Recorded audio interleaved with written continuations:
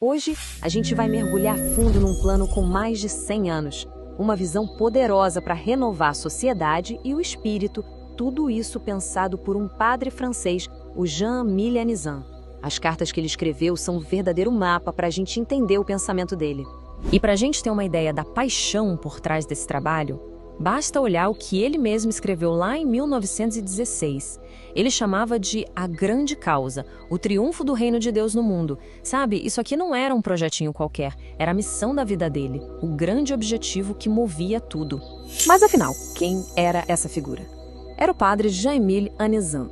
Pensa no cenário. França, comecinho do século XX, um país mudando completamente por causa da indústria e de uma sociedade cada vez mais secular. E é nesse contexto que ele desenha um plano detalhado, um verdadeiro projeto para reconstruir o tecido social a partir do zero. O ponto de partida de todo esse grande projeto do Anizan pode até surpreender.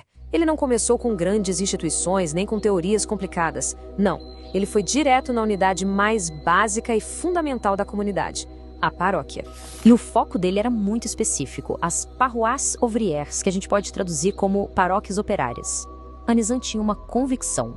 O caminho para renovar a sociedade inteira passava direto pelas comunidades de trabalhadores, que eram, de fato, o coração pulsante do povo daquela época. E essa ideia de focar na paróquia tinha um objetivo duplo, e as duas partes estavam super conectadas. A primeira meta era reconstruir a família, que é a base de tudo.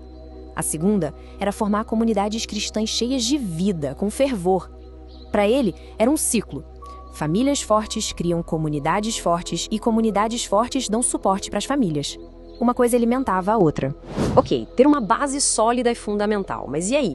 Como colocar o plano para funcionar? Anizan era um estrategista. Ele não era só de sonhar, ele criou um verdadeiro modelo de ação para unir todo mundo e fazer o esforço valer a pena sem desperdiçar energia.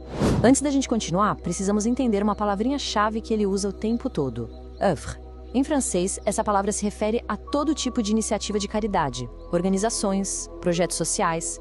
Pensa em tudo, desde um grupo de jovens até um programa de ajuda para quem precisa. E aqui está o pulo do gato, a genialidade dele como organizador. Anizan olhou e viu um problema. Essas obras trabalhavam cada uma por si. Isso gerava competição, conflito, o que ele chamava de divisões escandalosas e às vezes até iam contra as próprias paróquias que deveriam servir. A solução dele? Ação unificada. Juntar o clero e os leigos, coordenar tudo dentro da paróquia e dividir as tarefas. Então, como fazer isso na prática? Ele deixou os passos bem claros. Primeiro, unir clero e leigos numa só missão. Segundo, distribuir as funções, cada um fazendo o que sabe melhor.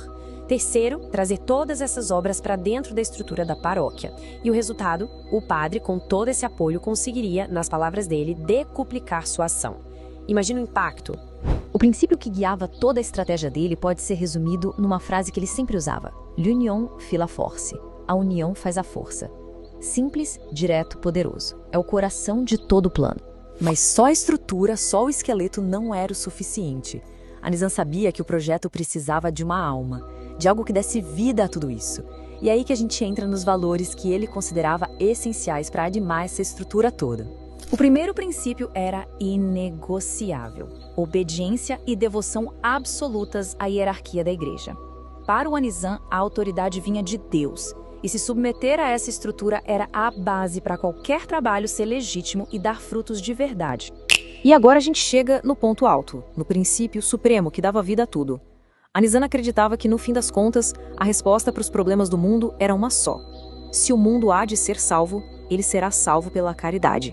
E para ele, caridade não era só um sentimento bonitinho, sabe? Era um motor, a inspiração para todas as nossas ações. Era a única coisa que podia, de fato, converter os corações e unir as pessoas, acabando com aquelas divisões que ele tanto criticava.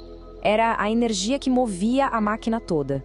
Então, quando a gente junta todas essas peças, a paróquia como base, a estrutura de ação unificada e o espírito de caridade como combustível, o que a gente tem? Um projeto incrivelmente completo, que continua relevante mesmo depois de um século. E olha só isso, nessa única página dos escritos dele, o Anizan consegue resumir a visão inteira, toda conectada. Ele chama de um estado perfeito da ação pastoral. Um plano total, onde cada pecinha se encaixa no lugar certo. Vamos passar rapidinho pelos componentes desse tal estado perfeito. A gente tem a união do clero e dos leigos, a partilha de funções, a fecundidade litúrgica, que é ter uma vida de oração e sacramentos bem ativa, juntar as forças da família e da paróquia, o respeito absoluto pela autoridade e, por fim, o mais importante de tudo, impregnar tudo com a caridade. É basicamente tudo que a gente conversou, resumido de forma brilhante. Parem para pensar um instante nisso. Essa não é uma ideia que surgiu semana passada. A gente está falando de um plano desenhado há mais de 100 anos, num mundo completamente diferente, mas que tem princípios que continuam fazendo a gente pensar hoje.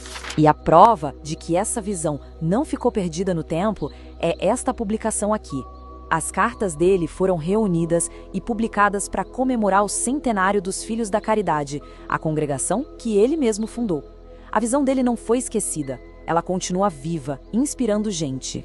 E tudo isso nos deixa com uma pergunta para a gente refletir. No nosso mundo de hoje, que é tão dividido, tão fragmentado, quais elementos desse projeto de 100 anos para construir comunidades ainda fazem sentido? A necessidade de união, de ter um propósito em comum, de agir com caridade. O que será que a gente pode aprender com a visão do Padre Nizam?